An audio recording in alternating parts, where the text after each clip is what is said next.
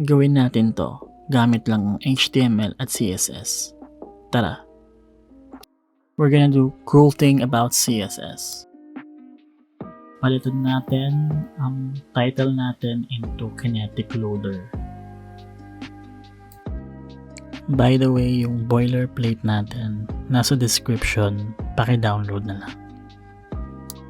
Ang kailangan lang nating class dito sa HTML body natin ay class of Kinetic.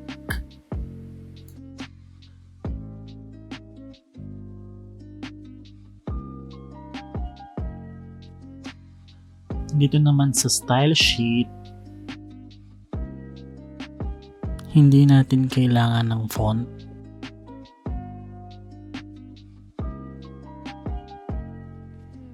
Tanggalin natin ang font family. Ang background color natin ay hexadecimal 2C3 E50. So it will give us a blue background. Then let's get rid of this color. Then okay na to. Then let's do the Kinetic class, and we want to position this relative dahil gagamit tayo ng before and after pseudo selector to create our triangles. And we want to position those absolute within this class, so this has to be relative. And we're gonna set the height to 80 pixels and width to 80 pixels. That's all we wanna need to Kinetic class. Ngayon gawin naman natin ang before and after pseudo selector. Lagay lang natin dot kinetic : after and also kinetic : before. We're gonna using both because we're gonna have two triangles. Kapag gumamit tayo ng before and after pseudo selector, kailangan tayo mag-add ng content property at set lang natin sa empty string.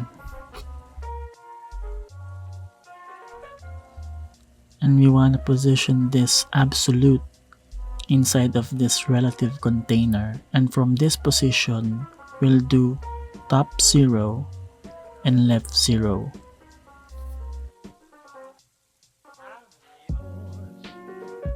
Para makagawa ng triangle sa CSS, kailangan natin ang width at height ay 0. Tas set natin yung border.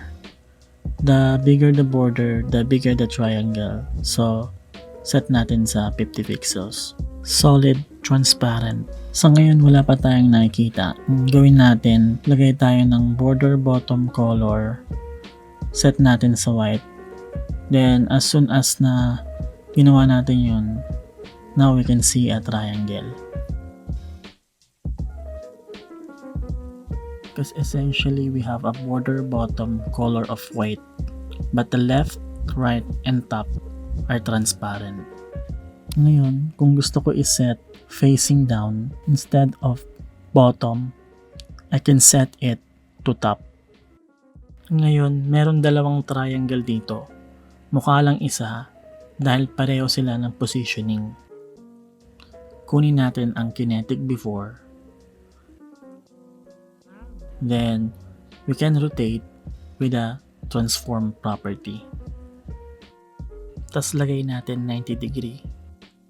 Ngayon, para sa animation, kailangan natin ng keyframes. Lagyan natin at keyframes. Pangalanan nating rotate A. At para sa time frame, 0% at 25%, I wanna add transform rotate and set it to 0 degree. So we're gonna start there. At para sa 50% at 75%,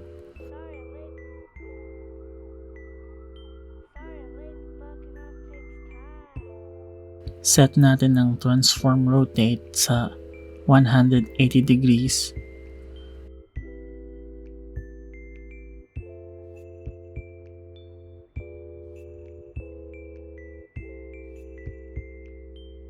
At naman sa 100%, we're gonna rotate, and this is gonna be 360 degree.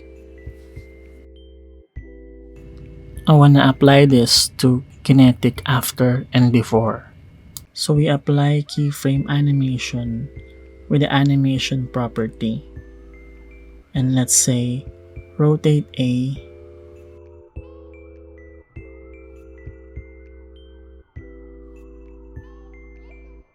and the duration is 2 seconds.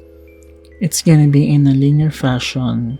It's gonna be infinite with 0.5 seconds of delay. Then save it. Ayan, umiikot na siya. Then I wanna copy this keyframe.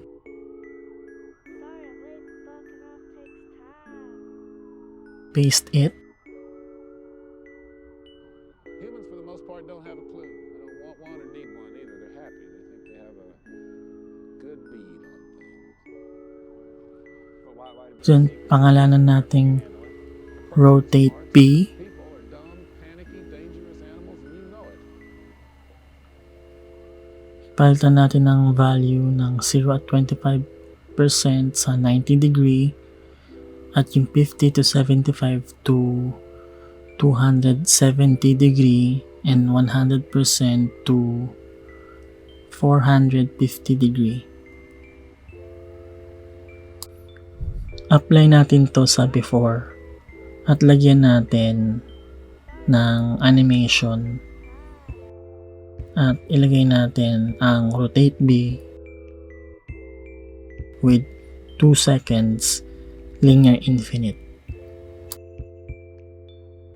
Then save, at ganito ang magiging output. So basically, one triangle follows the other. So it's gonna be in this project. Subscribe to our channel. Thank you.